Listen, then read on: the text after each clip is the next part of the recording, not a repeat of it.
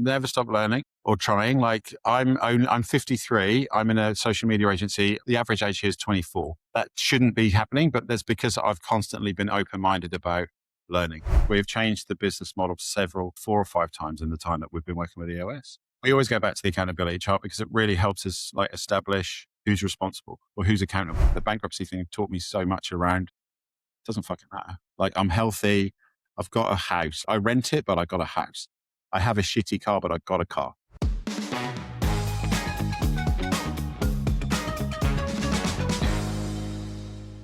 It's Debra Chantry-Taylor, and I'm passionate about helping entrepreneurs lead the life that they love.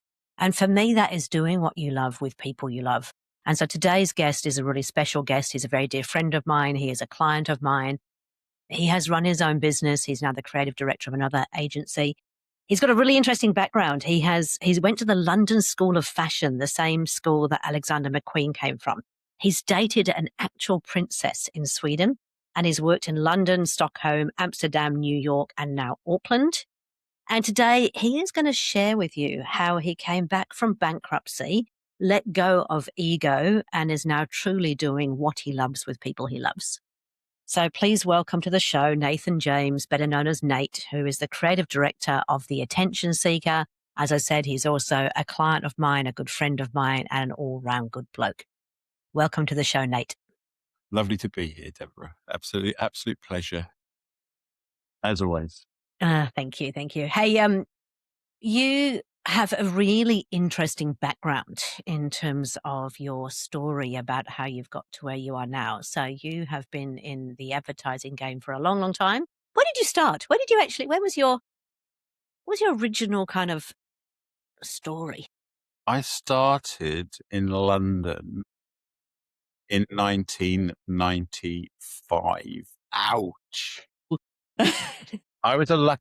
I'm not a lucky child as such, but circumstances within my childhood made me grow up very quickly. And part of that, I think, was that I knew really early on what I wanted to be or do. And I wasn't really sure of what it looked like, but I knew it was something to do with video or film or creative things. So from a really early age, I was fully aware that I was going to work in this industry in some form, or film industry or something like that. So I decided that to do that, I didn't really need to go to college as such. I needed to go work. However, I decided that I wanted to go to college because it was fun. So I actually went to the London College of Fashion. The same College of Fashion from which, oh my God, what's his name? God, the really famous UK man designer. Oh God, I can't remember his name. Gosh, it'll come to you. I don't know, but it'll come to you. Yeah. And it was on the corner of Regent Street and Oxford Street in London. And I did a fashion degree. Well, I say I did a fashion degree. I did as little as I possibly could around the fashion degree and ran the bar. Excellent. Which was really interesting. Looking back, I know how. I actually went for a film and theatre design course.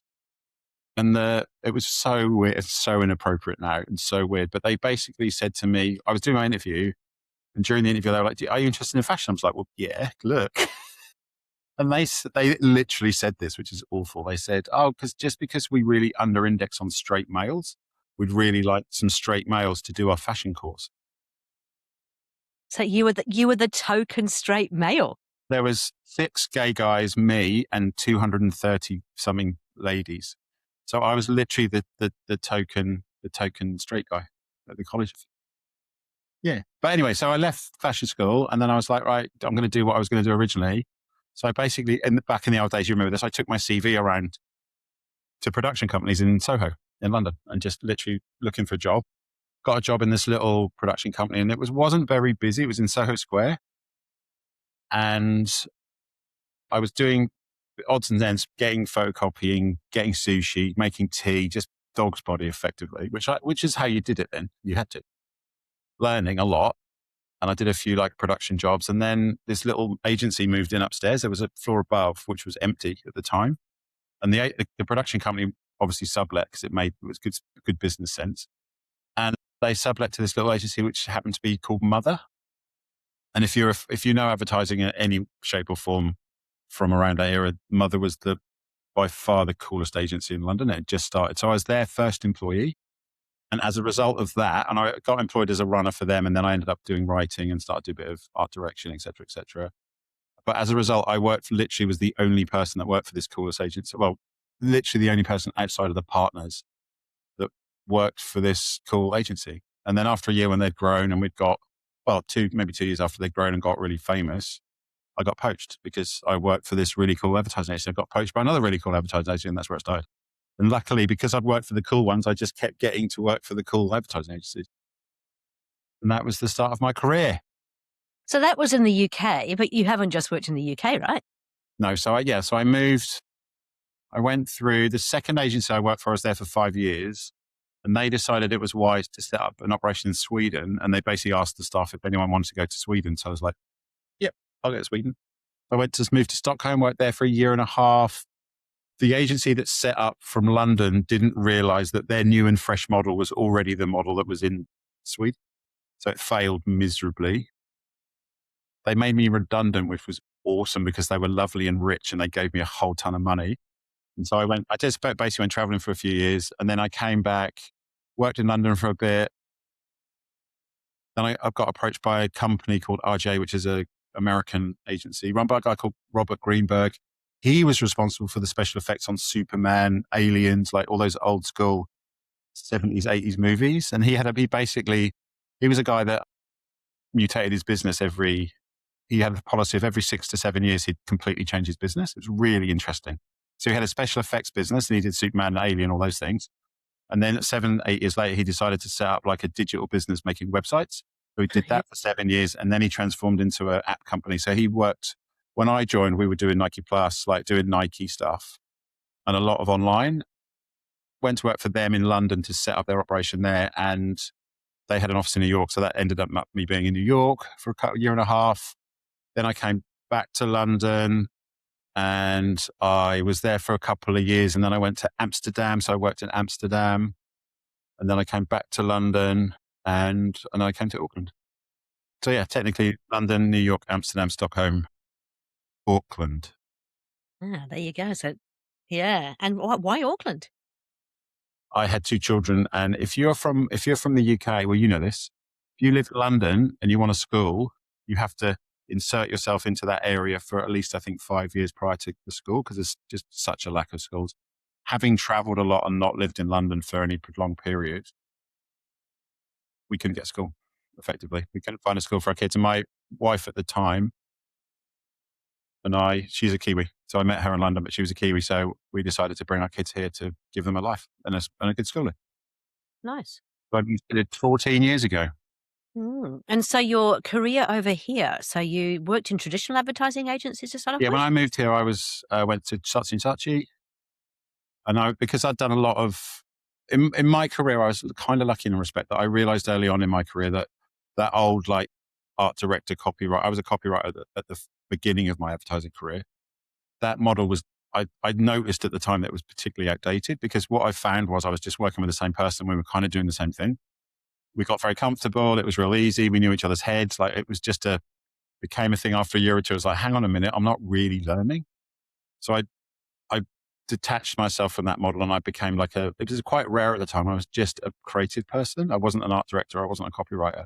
And so what I did is I limpited onto people that I wanted to learn from. So if I was doing animation, I'd just work with an animator. Doing a website, I'd work with web developers, and that was quite rare at the time. But what that meant for me was that I was learning so much, because I wasn't just working with the same person every day for my career. I was literally working with different people in different skill sets. So I basically picked up a whole lot of experience in areas that generally people that do what I do don't get. I was just asking if you started a traditional advertising agency, because obviously you're in a different world now. Yeah. So I started doing like copywriting. I was doing TV commercials, posters, print, all of the traditional stuff. Then I moved into what they used to call digital, which was web builds, like websites, microsites that don't exist anymore, that kind of stuff. Then obviously like working with Nike on Nike Plus, I was doing app development. Like I was just doing everything really. And then I got into content production. So I learned I was a commercials director actually. I was a commercial director in London for a year. I shot for PlayStation, like big brands. I got into camera work, so I could camera operate. I got to edit. I got to learn After Effects. Like I just managed to somehow find myself in all these positions that taught me everything. So when I came here, I was a bit of a kind of a jack of all. Generalist.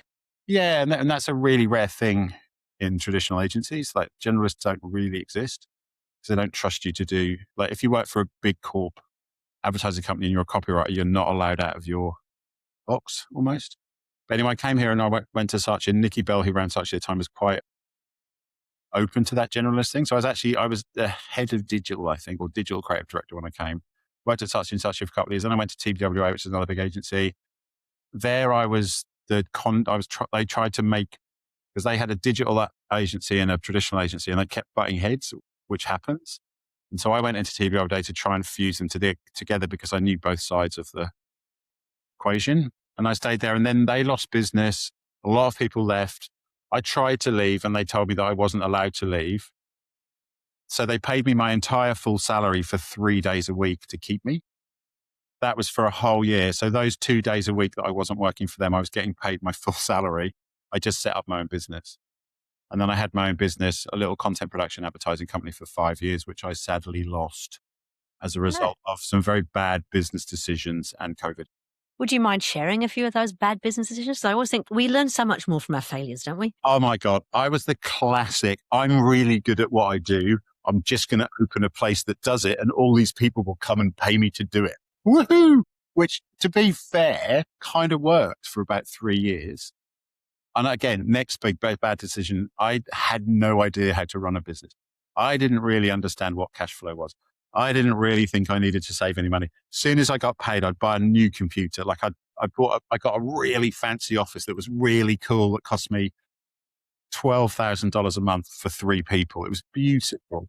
All of the things that all of the people that you know about, just those classic mistakes. So yeah, got myself into a position where I was actually turning over $1 million to $1.5 million a year pretty much for a couple of years, but I didn't save any money. I just kept spending, and it wasn't on anything that was going to actually bring me revenue. It was an office. It was a fancy chair. It was this looks great. Everyone's going to love this office. They're going to come and pay me more money. And I didn't have a pipeline. I didn't really have a new business strategy. I didn't really network. I just expected everything to come to me. And it got to a point where over the period of a month, I lost my 2 biggest clients, one of which was Frucor. So I'd working with their water brand. So NZ Natural, Go, is it Go? I can't remember what it's called. There's a water brand called one of the water brands. So I was working with MyZone. I was working with the water brands. They decided that I was the only agency outside of their networks. So they pulled that. That wasn't my client's decision. That was an upstairs decision. So it wasn't really anything that I did, but it was just business. And then I had My Republic, which was an internet company. And the contact there that I had was the head of marketing. She left her job and the new person came in and said, oh, I've got my own set of people that I want to work on this, which is classic. And then COVID hit, and I had part of my business was a studio. I had a studio space that I'd rent out. So that revenue disappeared as well. So I effectively, in a month, lost my business and it bankrupted me. I got bankrupted. Really? Okay. Yeah, I'd got debt in the business because, again, I hadn't made the right choices and ended up bankrupt. So, I mean, it's done and dusted. You can't take it back. But what do you think you would do differently if you were to go back and revisit? Well, now, having worked in a business that's very transparent and it has taught me, I would have a cash flow. I would network. I would have a pipeline. I would do all the things that a regular, probably attempting to be successful business would do. I would definitely have an EOS. I'd have all the things in place that meant that I understood the health of my business, not in respect of how new my computer was or how nice my chair was, but as in respect of what's happening in the next 3 years. Like, where am I going? What's actually happening in the next 3 months? What do I need to do to make sure that I've got money in the bank to pay my staff and my overheads in the next, week on, week out, but then projection forward. Those really important things like data and measurables, right? 100%. I had none of that. I literally had none of that. Money would come in. I'd give it, do the zero. Yeah, that's great. That's great. I can get away with buying another PlayStation. I can do this. I can do that, right? Everything was expensible. Just did it all. And then I just was like, nah, fuck it. Hey, I think we've all been there, and it's not a bad thing. I think as long as you take the lessons from it, that's the most important thing. Biggest lesson I learned from it was that it doesn't matter. I mean, no, I don't mean that in a frivolous way, but just so many of my friends have fretted and fretted and fretted about their business. And, oh my God, I'm going to lose this. This is going to happen. Oh my God, my car and my mortgage and my da-da-da-da-da-da-da-da. But having been through a bankruptcy, it just taught me that it doesn't matter. I'm still here. I'm still me. I've still got a roof over my head. I've still got a car. It's a shit car, but I've got a car. Like my kids are fine. Like really, most annoying thing about being bankrupted was they wouldn't give me a chip and PIN card. I had to have one of those old cards that you had to have a PIN number for. I couldn't just like do tap and go. That was probably the most difficult thing about my bankruptcy. Because you were bankrupt. Oh, and this is so funny. The other thing. So when you're bankrupt, you are not allowed to travel out of the country without permission from your trust, or what's it called? You have an officer, a bankruptcy officer. You have to get permission from the bankruptcy officer because the creditors want all the money they can get from you, obviously, which is fair. And so my only one creditor was bank. So my family's in the UK. My sister was poorly. I had to go home. So I had to approach my bankruptcy officer and ask him if I could go home. This is brilliant. And he was like, yeah, that's fine, but I need evidence of like expenditure. So like, obviously the flights are key, but where are you going to stay? And I was like, well, I can't afford a hotel, so I'm going to stay with my mum. And he actually asked me to get a letter from my mum. So I got a letter from my mum to give to the bankruptcy man, who's obviously the government, to make sure that I could go home to the UK. And how old were you at this point? Oh my God, 48 or something? Oh gosh, that's hilarious. Just priceless. Literally had a letter from my mum saying that I was allowed to go home. That's so good. That's so good. Oh well, you made it through, and that's the most important thing. Throughout, I did learn the lessons. I literally learned the lessons. Like, and also like, yeah, I see setting up a business in New Zealand is really easy, but now I know that it's not easy to actually run and maintain and make a successful business. I'll be very reluctant to do it again. I may do one day, but I'm pretty reluctant to do that right now. Yeah, I understand. I mean, as you know, I've gone through that myself. I didn't actually didn't get through bankruptcy because I actually managed to pay off all of the debts over time. And yeah, fortunately didn't have to go down that route, but still, it was massive. I mean, I lost my house, lost my car, lost everything, paid debt off for years and years and years afterwards. But yeah, no, I totally understand. It's horrible. It's absolutely horrible. But lessons learned. Okay, cool. So you're now with the Attention Seeker, which is one of my EOS clients, being really upfront, and we've been working together for a number of years there. How did you get to be with the Attention Seeker, and tell us what you do there? Well, I came out of my bankruptcy and I was just freelancing. It was actually a really nice time in my life. I didn't have like nothing. I had a little house and a little car and I was happy. And I was just doing freelancer jobs and getting by. And I didn't really want to go back into agency world because of the generally very political environment. So I was kind of looking for something a little bit different, to be honest. And also having been like burnt by losing my business, I kind of wanted to find something that would teach me about that, like something that would be an environment in which I could probably learn a little bit more about the other parts of what I needed in my life if I was to set up another business, not just the creative stuff. So I just held off really. And it was a funny story. I had a friend of mine in the UK called Kathy. He's a really old friend of mine. We talk quite regularly and she was aware of my situation and I was looking for a job and she was out of work because she was quite sick. So she wasn't working. She was kind of bored. So she's decided to try and help me in my quest from the UK, help me in my quest to find a job. And she sent me a video from this company called The Attention Seeker in Auckland that said, you should try these guys. These look really fun. And it was a video that Stan and the team had made, which was actually really good. And so I just hit him up and just said, look, this is who I am. I've got these disability. The job he was looking for, he'd called an executive creative director. He didn't really want one of those, but that was what I was called. Like he didn't really need that.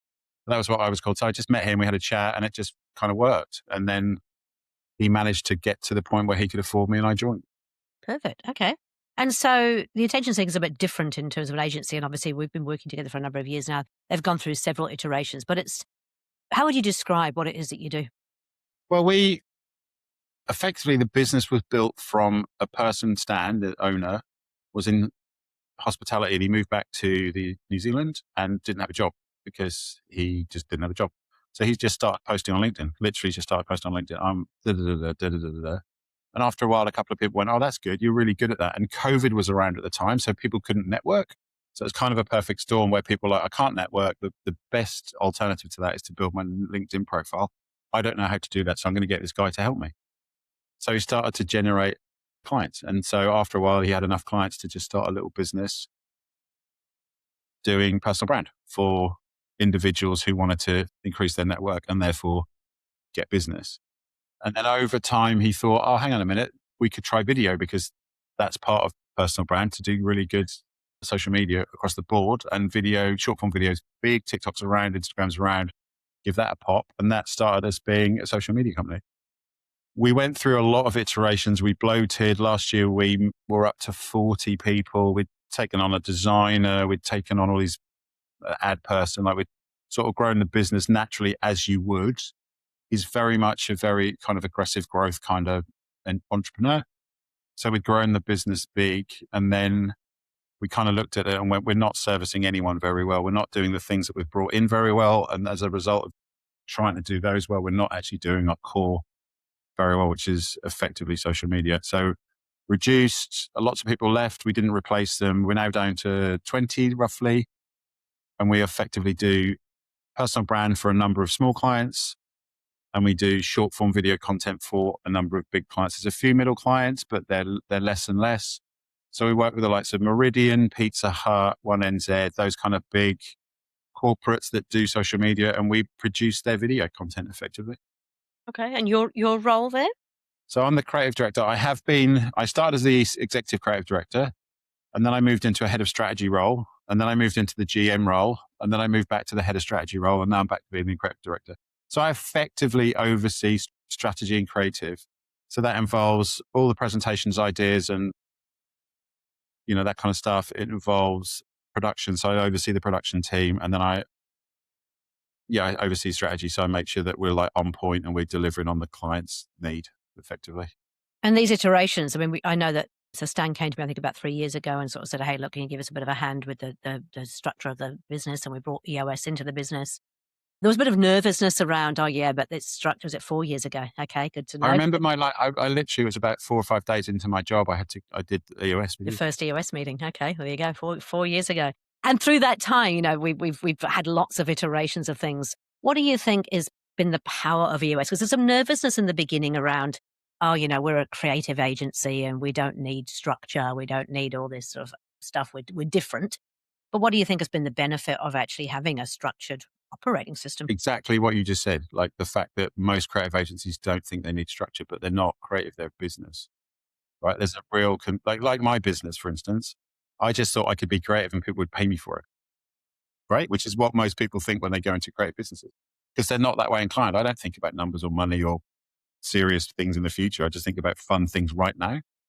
And so what EOS has done for us is enabled us to still be a really creative company, but have a really solid backbone of understanding of where the business is at, where the staff are at, like what's our projection, like where are we going, why are we going there, what's the big end goal, like all of those things. And of course that changes. Like if you look at our projections on that first one, second one, like they're so off really. Like the big hairy things still kind of in play.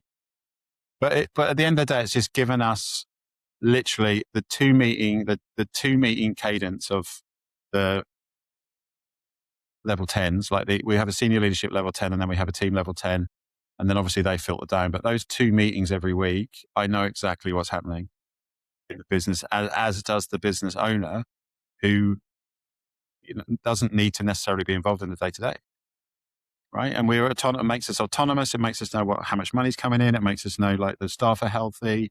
We really do like nail those issues, like what's going on this week. What we need, this problem's here. We need to solve it.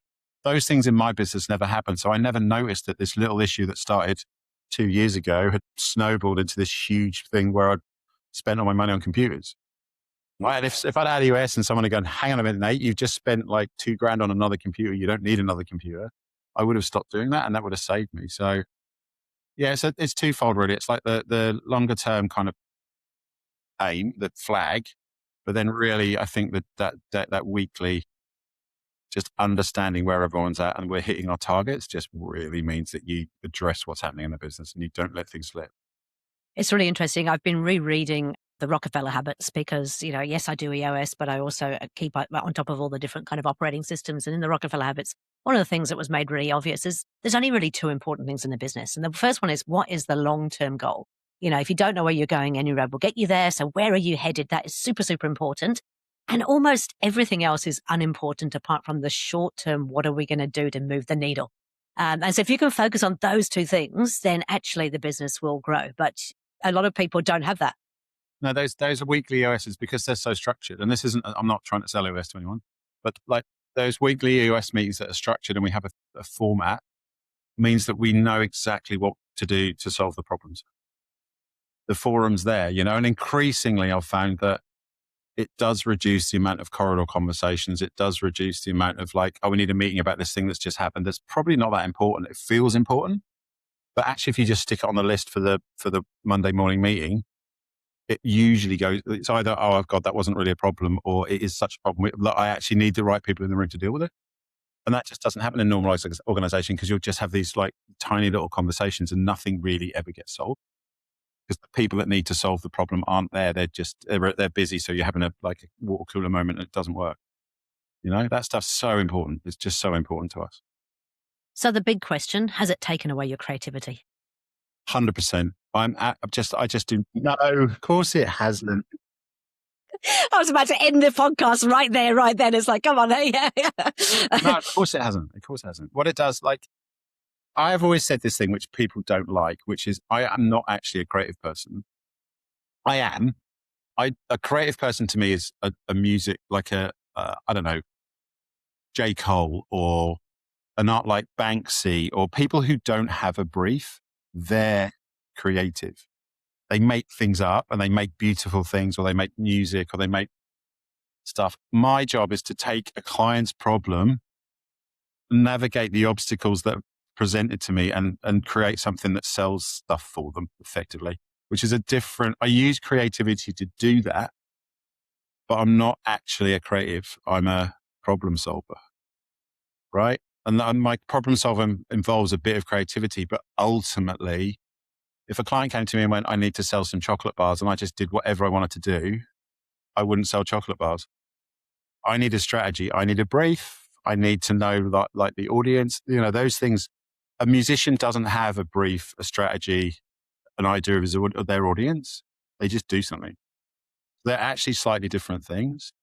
And so in an agency where I need to problem solve, EOS is enabling me to do that better because it's freeing me up from all the shit I don't need to worry about, right? Or enabling me to compartmentalize the shit that I don't need to worry about into this box over here that I can deal with on Monday morning. And so it just frees my time to do what I do. And so if anything, I think it just makes, well, this, in any business, it enables the business to do the thing the business is meant to do. And then all the other stuff's just on Monday morning. Yeah. Because I know now if I've got a thing, I just pop it into my little notes or whatever, into your app. Yeah. Yeah, use my app. And I know that I'll just deal with it. I'll just deal with it unless it's going to burn the house down right now, or we're going to lose all of our clients tomorrow. I'll just park it over there because it's not that important. So it just frees up my head to just do what I do. I always talk about, every single business, no matter what industry they're in, you sell shit, you make shit, you build the shit, right? And that shit is different for different things. Sometimes it's service, sometimes it's product, but that's what has to happen. And the framework just gives you exactly that, the framework to run the business and the people and the culture. Yeah, just to do what we do. Like, that's true of all of our people. Like, if there's a problem, they don't spend a day worrying about it or having meetings about the problem. They just put it over here and we'll deal with it later. Right. And I know that I'm happy on Monday morning because my scorecard's all green. So I don't have to worry about other stuff. I don't have to worry about it because it's all been told to me that this is all working. I'm not going to lay in bed at night going, oh my God, we didn't make payroll or whatever. Because I know that we will because I've been told. Yeah. Yeah. Okay. So you've mentioned level 10 meetings, and they are a game changer in terms of just having that structure and that regular weekly cadence that people have a chance to bring up issues, and whatever they want to. Is there any other EOS tools that have been a bit of a game changer for the business? In what respect?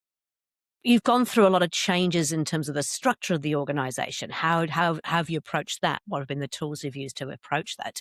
Just like accountability and just the real basic stuff. So helpful. we're going through like our business is an entrepreneurial business. We've changed the business model 4 or 5 times in the time that we've been working with EOS. We always go back to the accountability chart because it really helps us like establish who's responsible or who's accountable. Like I'm going through at the moment. So I was head of strategy. I do your client side. I'm also a creative person. We're going through a change in the business where we're going to hire a new person in a senior role. So there'll be technically underneath the visionary, there'll be 3 of us.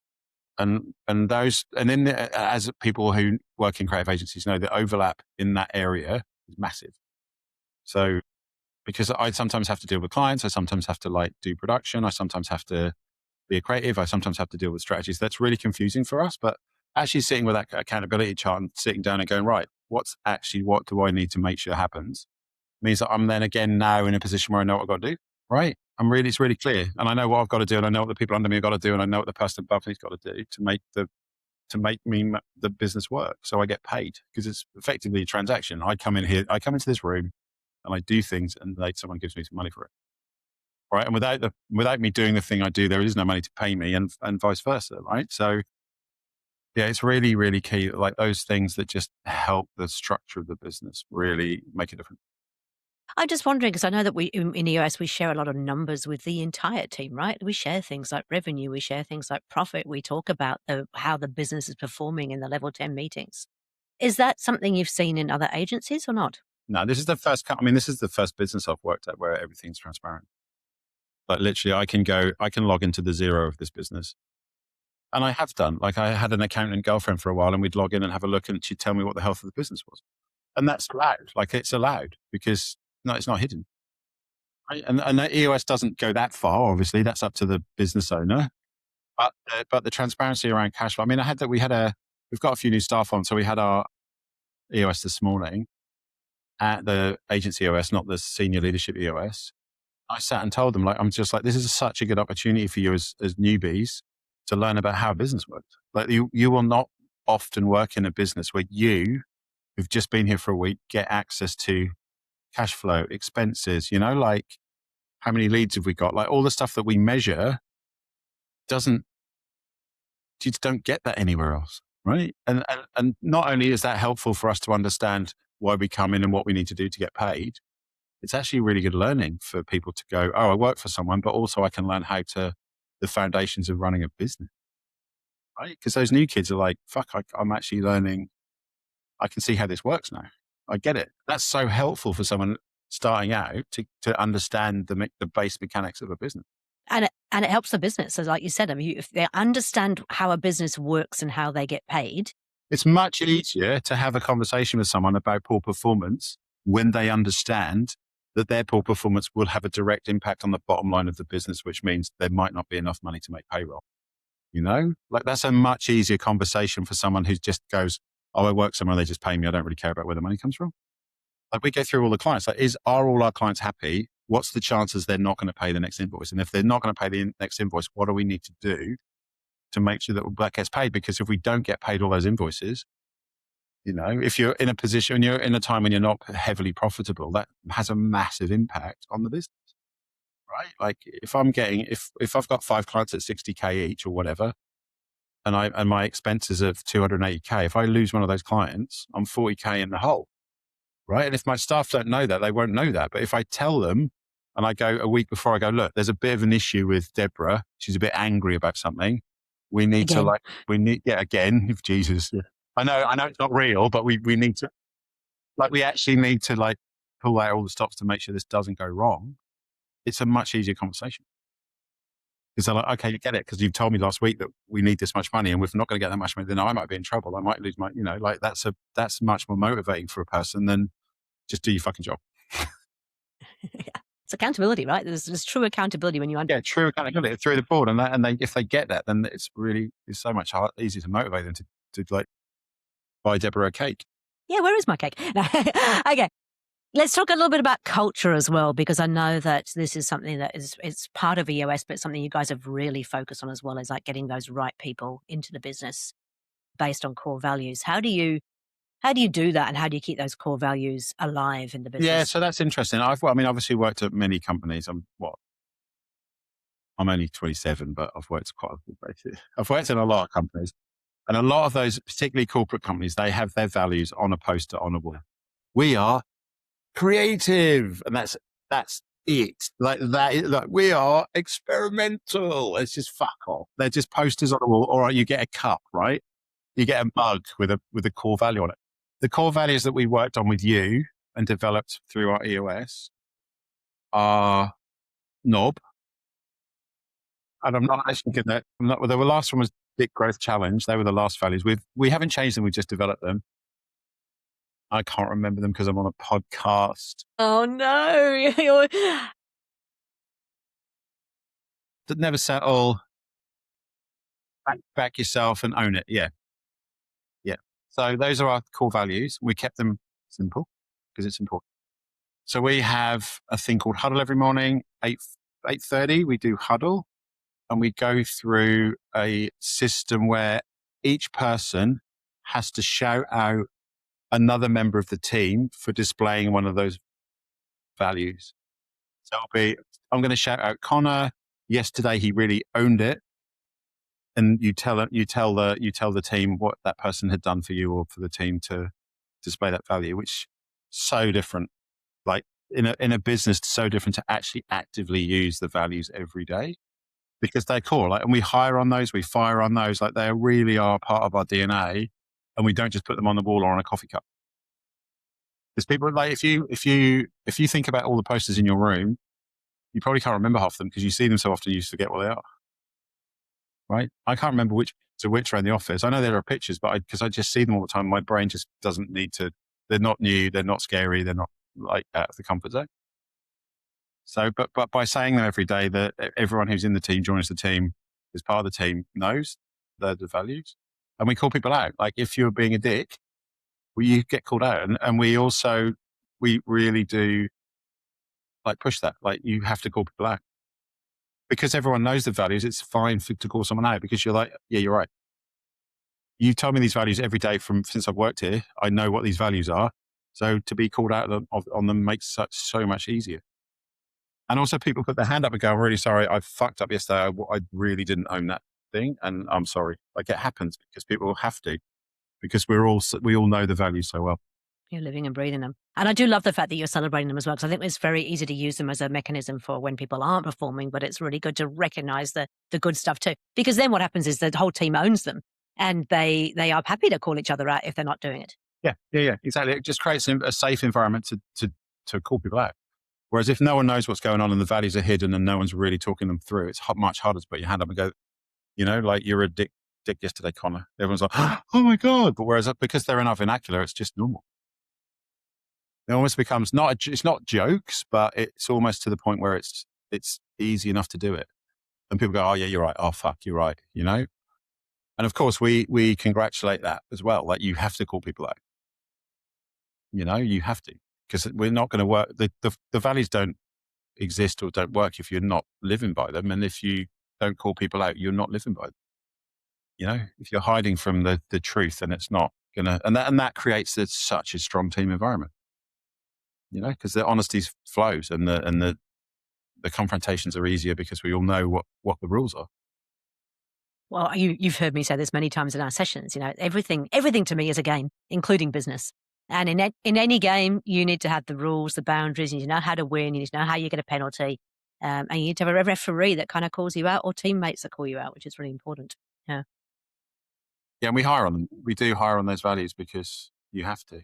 Have you had not going to name and shame anybody, but have you ever had anybody who wasn't a right person, as in they didn't share their core values, and what did that look like? Right person, right seat, right. What's it? One, I can't remember. There's the grid that we do that we just take through. Do they want the job? People analyzer. Yeah. Get it? Do they get it? Do they want it? They have capacity to do it? Yeah. Yeah. Really helpful. Yeah. So we have had that, and we have let people go for not adhering to the values, because you can't have that in your team, because it's like it's like a cancer. You get one person, then it moves around and people start going, me. And we've seen that, right? You can literally see it. So they 100%. Yeah. I think the other thing that this is really interesting. The other thing that EOS has done for us is, and I'm an example of that, is just the reduction of ego. particularly within like the industry I've worked in, creative industry. Luckily, mostly the companies I worked for were like really up there. Like I've literally worked for some amazing companies that were like at their peak and they were famous and everyone loved them and it was a cool place to work. When you get into the middle area, there's a lot of politics. A lot of politics. I find it particularly in New Zealand. I think in the creative industry, a lot of the really good people go abroad. Like I think a lot of the really good people go away because the salaries are double. Like they get to live in New York. Like if you're really good at this, you get to go and be a superstar like football. And so here there's quite a lot of the middle people left, and that creates quite a political environment, particularly in a creative agency environment. Like I experienced it in such and such. It was very political. Not calling out that, but the time I was there, it was very political. So what an EOS does, it flattens because you have to accept the accountability chart, right? You have to accept that I'm going to report into this person and I'm not, that doesn't mean they own me. It just means that I need to make sure that I do the thing that I'm accountable for them. And so it really does test ego, right? It really does test ego. So there'll be a lot, I imagine there's people that they can't do EOS or they struggle with EOS because they have this like hierarchy thing that they can't break, which is dumb. It's just dumb because that's not good for the business. We know when we operate on the EOS system, our business thrives. We know that. We know all the systems that are in place have really helped our business. You know, like we're 6 years old. First time we're hugely profitable right now, but that's not because we weren't profitable. It's because we played everything back in. We've just learned that we're going to slow up on that and actually not grow the business, like not grow the people, not try and expand. We're just going to sit tight and get good clients and, you know, enjoy ourselves for a bit. So we know all the things about EOS work, but then in order for them to work, you have to follow the system. And there's a founder or a visionary, and then there's an integrator. The integrator just needs to be the person that can do the integrator's job. Doesn't matter how old they are, doesn't matter who they are. They just need to be the integrator to do the job. And if you find a good integrator, then you are laughing because they're making bank because everything's working, right? And then you have the people underneath that. So for us, we've got strategy, we've got creative, we've got production, like we've got our silos. And again, it doesn't really matter who those people are. They just need to make sure that what the integrator needs them to do, they do. Right. So I don't report into my founder. I report into the integrator, really, because that's how the business works. And so if we go to the ego thing, that would be really hard for some people, right? Because it comes down to title and who you report into. But as you said, you're doing what you love and you're great at and you're getting paid for it. Does it matter? For me, like I've had this conversation recently. So I'm now reporting into someone who I hired, who's 20 years my junior. I report into them. And the reality is that they're really good at that job. And as a result of being really good at that job, we are profitable. Right. And so why would I not support someone who's making the business I work for profitable? Because ultimately I will benefit from that as a staff member. Right. Like the other way around, I just report into someone who is more senior or grown up or had the bigger title than me, who's shit at it and makes the business struggle. It doesn't make any sense.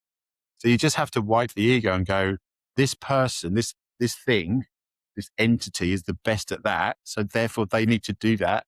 And I'm going to make sure I help them do that. And they're going to tell me what I need to do, to make the business makes money. Because at the end of the day, that's what we're here for. Yeah, so true. I wouldn't come into work every week to not get paid. Be dumb, right? And I'd rather a business, if the business I work for or the business I'm part of is highly profitable, I'm more likely to probably get paid more, right? Or have the things we need to have to do it successful, or have the choice around what clients we work for. You know, a profitable business can make a choice about who they work with, which makes our lives better because we work with fun people, right? A business that's struggling doesn't have those choices.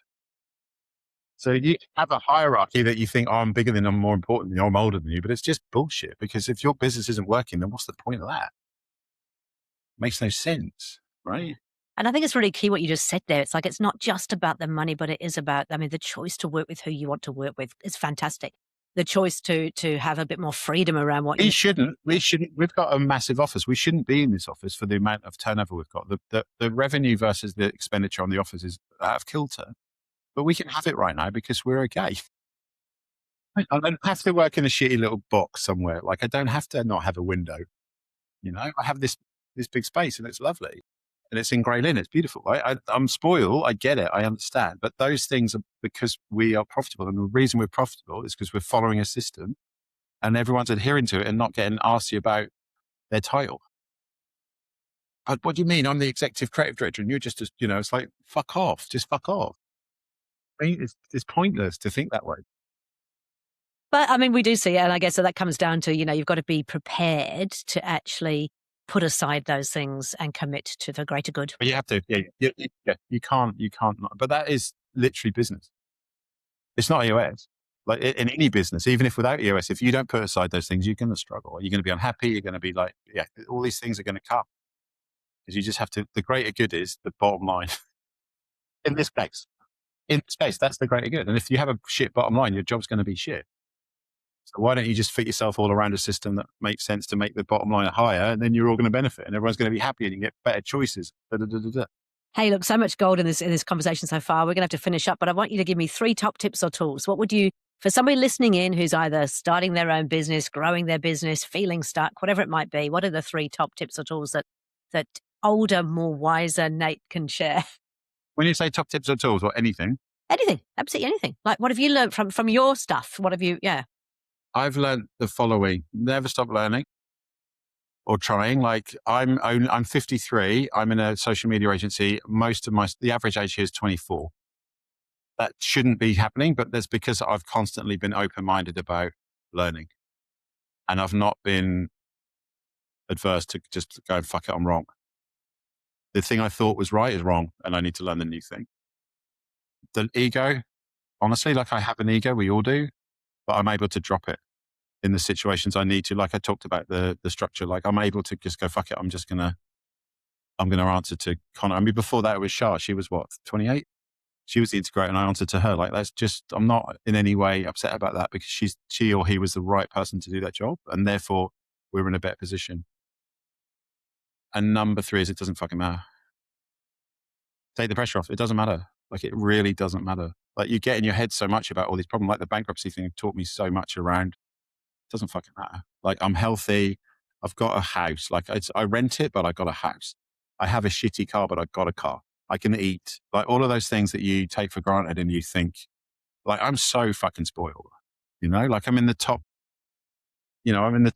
tiny percent of people in the country with money to do what I do.